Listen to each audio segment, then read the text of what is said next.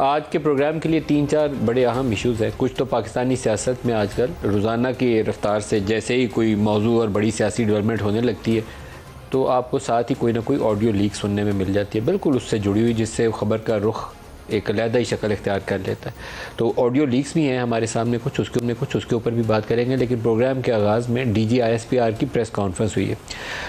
फ़ौज ने कुछ अरसे से एक पोजीशन इख्तियार की है जिसमें वो कहते हैं कि हम सियासत से दूर हो चुके हैं, लेकिन अमली तौर पर कितना सियासत से दूर हुए हैं इसके ऊपर सब एक की अपनी राय है। लेकिन यकीन ये है कि फ़ौज वाक़तन सियासत से दूर हो गई है। एटलीस्ट अक्सरियत की राय में वो फ़ौज अपने आप को सियासत से मुकम्मल तौर पर ना 75 सालों में दूर कर पाई है और ना शायद आइंदा मुस्तक़बिल करीब में कर पाए।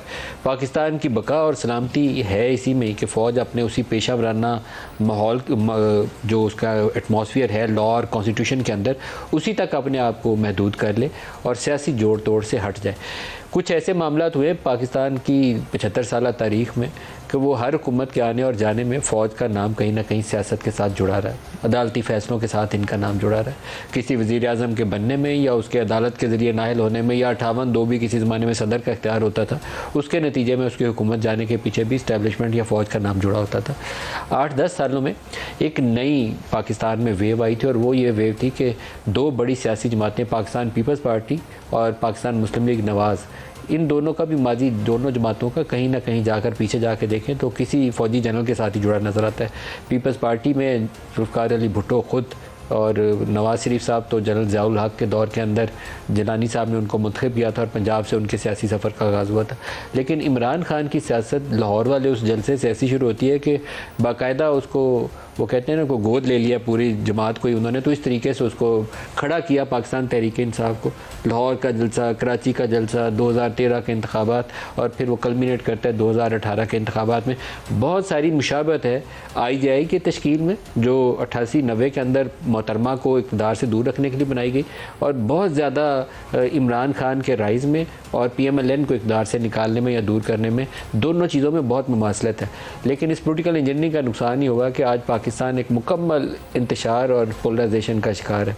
इमरान खान इस वक्त हुकूमत के अंदर इंतहाई अनपॉपुलर थे, लेकिन एज अपोजिशन लीडर बहुत पॉपुलर है और उनका बयानिया फ़ौज को भी परेशान कर रहा है और PDM की जमातों को जो हुकूमत के अंदर बैठी हैं उनको भी परेशान कर रहा है। हुकूमत में रहते हुए वो सेम पेज की सियासत कर रहे थे, हर चीज़ में सेम पेज था, उनका वज़ीर भी सेम पेज से आता था, उनकी पॉलिसी भी सेम पेज से आती थी। कश्मीर में क्या कुछ हो रहा है बिहाइंड द सीन वो भी सेम पेज से होता था। अमेरिका में ट्रंप के साथ क्या तय किए थे वो भी सेम पेज था, हर चीज़ में सेम पेज था। लेकिन 27 मार्च को जब उन्होंने ख़त लहराया और उसके बाद 9 अप्रैल को जब उनकी असम्बलियाँ तोड़ी गई तो या उनके खिलाफ नो कॉन्फिडेंस हुआ, उसके बाद से जैसे ही वो सेम पेज फटता है तो उन्होंने उस वक्त के आर्मी चीफ को मीर जाफ़र और मीर सादक कहना शुरू कर दिया और यहीं से उनके वो जो सियासी अरूज है, वो पॉपुलैरिटी जो है उसका आगाज़ होता है। लेकिन ये पॉपुलैरिटी कितनी देर आगे चलेगी ये इसके ऊपर भी सवालिया निशान है। लेकिन इस्टेब्लिशमेंट को शायद अपनी गलती का कहीं जाके एहसास हो गया कि ये जो जोड़ तोड़ की सियासत थी, इस जोड़ तोड़ की सियासत ने पहली दफ़ा पाकिस्तान की हिस्ट्री में एक ऐसी सूरत हाल पैदा कर दी है कि वो होम ग्राउंड जहाँ पर स्ट्रेंथ थी फ़ौज की इस्टेब्लिशमेंट की, किसी की हुकूमत जाती थी किसी की आती थी, फ़ौज के लिए जिंदाबादी का नारा था पूरे पंजाब के अंदर। वहाँ से अगर फ़ौज मुखालिफ कोई नारे लगे हैं या सोशल मीडिया पे ऐसी कैंपेन चली हैं जहाँ पर सिटिंग आर्मी चीफ को टारगेट किया गया, तो इसमें यकीनन माजी से उनसे ऐसी कोई गलतियाँ हुई हैं जिसकी इस्लाह करने की ज़रूरत है। उसका वो एहसास तो कर रहे हैं, लेकिन उसके लिए लॉन्ग टर्म सोल्यूशन क्या निकालेंगे ये आने वाला वक्त ही तय करेगा। आज जो DGISPR की प्रेस कॉन्फ्रेंस थी उसमें 2-3 नुक्ते मुझे अच्छे लगे। एक ये था कि दहशतगर्दी के ऊपर बड़ी क्लैरिटी थी कि दहशतगर्दी के साथ सिवाय इसके कि हमने उसके ख़िलाफ़ ऑपरेशन करके मुकम्मल ख़ात्मा करना है और कोई ताल्लुक़ नहीं है। ये 75 साल में हमारी पॉलिसी रही नहीं है। अब ये कह रहे हैं तो मैं यकीन रखूँगा कि आइंदा इस पर अमल पैरा भी वैसे ही रहें। ये ना हो कि दोबारा TTP से मोहब्बत जाग जाए, दोबारा कोई जैश कोई जत्था यहाँ दोबारा पलना शुरू हो जाए, फिर मुझे इनका बयान जो है दोबारा परखना पड़ेगा कि सही बोला या नहीं बोला। दूसरा हिस्सा उनका होल्ड बैक किया उन्होंने पोलिटिकल स्टेटमेंट से, वो ऐसे बयान नहीं दिए जो माजी करीब में बेशतर DGISPR भी और आर्मी चीफ भी देते रहे वक्तन फ़वक्तन, जहाँ नज़र आता था कि वो पोलिटिकल इंजीनियरिंग की तरफ माइल नज़र आते हैं।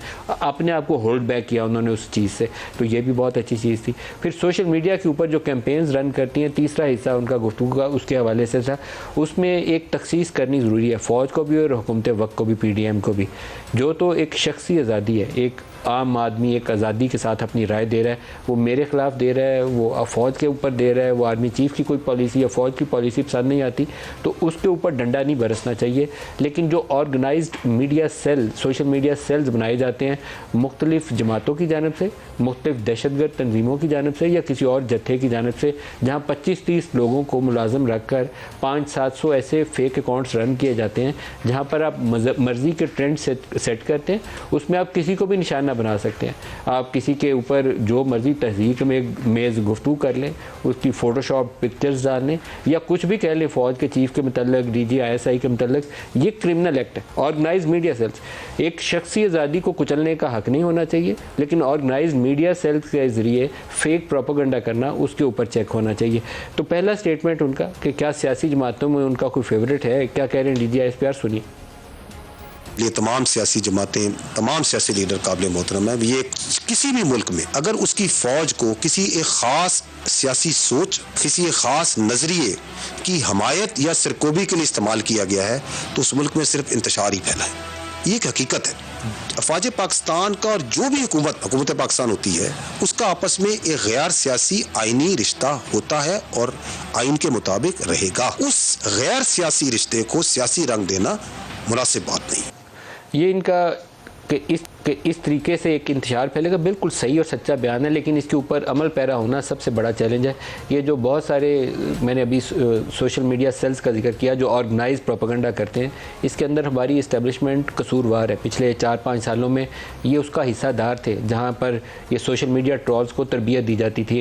ये जो यूट्यूबर्स जहादी हैं, 5th जनरेशन वॉरियर्स हैं हमारे, इसके अंदर इनको ट्रेन करने में, सियासी मुखालफिन को निशाना बनाने में, जर्नलिस्टों को, एंकर्स को निशाना बनाने में इन्होंने रोल अदा किया। तो तौबा भी करने की ज़रूरत है और आइंदा से इस्लाह भी करने की ज़रूरत है कि पाकिस्तान के मफाद के अलावा कोई और एजेंडा सामने नहीं रहना चाहिए। और सियासी जमातों में कोई पसंदीदा या नापसंदीदा है, उसके ऊपर इस्टेब्लिशमेंट का तो काम ही नहीं है कि कैंपेन्स रन करे और एजेंडा सेटिंग करे। दूसरा इशू कि क्या इन दरपेश जो चैलेंजेस हैं, इसका हल क्या है, वो भी बताइएगा।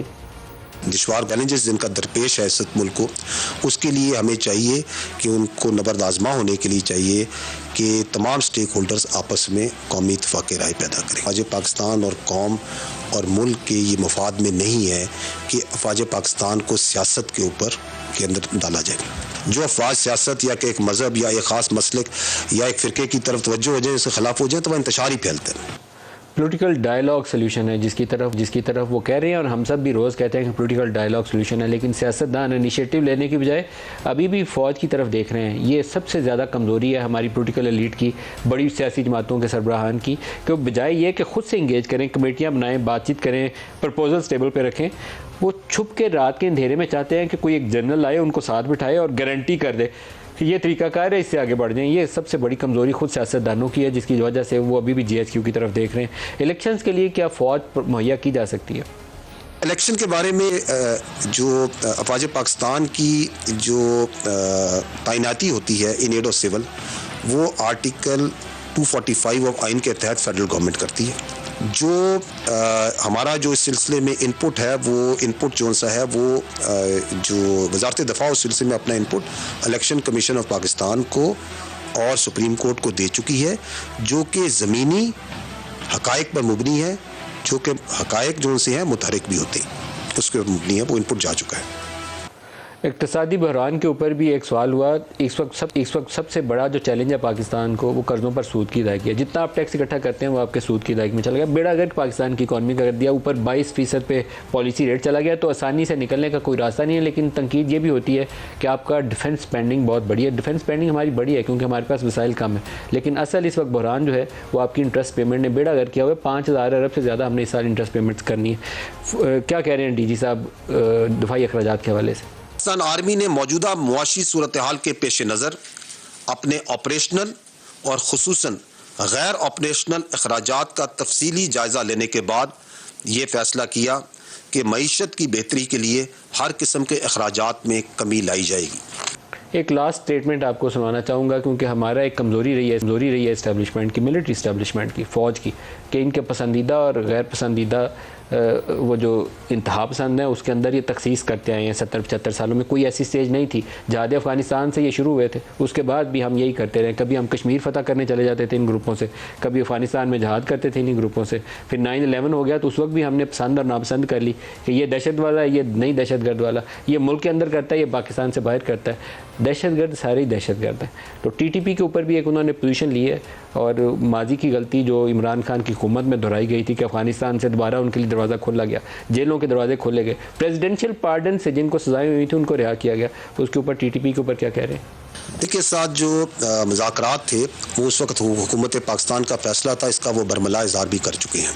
फ़ौज पाकिस्तान और दहशतगर्दों का जो ताल्लुक है, और ये ताल्लुक अस्करी रहेगा, काइनेटिक ऑपरेशंस करेगा, इंटेलिजेंस बेस्ड ऑपरेशंस करेगा, दहशतगर्दों के आखिरी दहशतगर्द के खात्मे तक रहेगा, दायमी अमन के क़याम तक रहेगा, और वही ताल्लुक रहेगा, इसके अलावा कुछ नहीं है। अपने मेहमानों की तरफ आऊँगा, लेकिन TTP को पाकिस्तान में लाना हो या प्रेसिडेंशियल पार्डन से उनके बंदे जेलों से छोड़ना हो, कोई वज़ीर आज़म, वो इमरान खान हो या नवाज शरीफ हो या मोहतरमा बेनज़ीर भुट्टो हो, मिलिट्री इस्टेब्लिशमेंट की इनपुट के बगैर ही फैसला नहीं कर सकते। इसलिए ज़िम्मेदारी जितनी इमरान खान की एज चीफ एग्जीक्यूटिव उनकी नाकामी हुई, उतनी ज़िम्मेदारी उस वक्त की इस्टेब्लिशमेंट की भी है कि उन्होंने ये फैसला किया कि इन बुनियादों के ऊपर क्या कोई लॉन्ग टर्म इम्प्लीकेशन या रिपरकशन इसकी जायज़ा भी ली, या उसके बगैर फैसला लिया गया।